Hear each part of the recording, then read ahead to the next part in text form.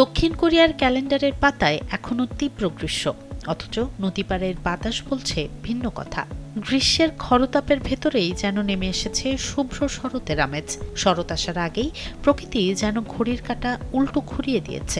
একদিকে ফুটেছে সাদা গোলাপি কসমসের রঙিন আবেদন, অন্যদিকে বাতাসে তুলছে রূপালী পালকের কাশফুলের ঢেউ। দক্ষিণ কোরিয়ার তৃতীয় বৃহত্তম শহর বুসানের দেয়াজেও ইকোলজিক্যাল পার্কে ফুটে উঠেছে মাইলের পর মাইল বিস্তৃত কাশফুলের রূপালী প্রান্তর।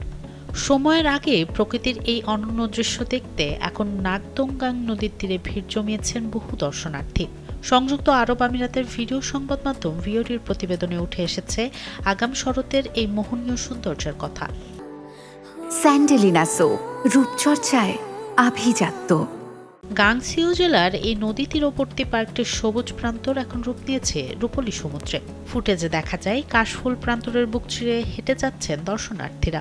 বাতাসে দুলছে শুভ্র ফ্যাকাশে শীষ। মাঠের কিনারায় ফুটে থাকা কসমস ফুলগুলো যেন সেখানে জাদুকরী রঙের ছোঁয়া দিয়ে গেছে।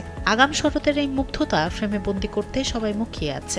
গ্রীষ্মের দিনে শরতের এই অনুভূতি সবাইকে এনে দিচ্ছে আলাদা প্রশান্তি। গাংসেও জেলার নদী তীর জুড়ে জলাভূমি, বিস্তৃত তৃণভূমি আর মৌসুমী ফুলের বৈচিত্র্য নিয়ে পুরো বছরই বদলে যায় পার্কটির ক্যানভাস।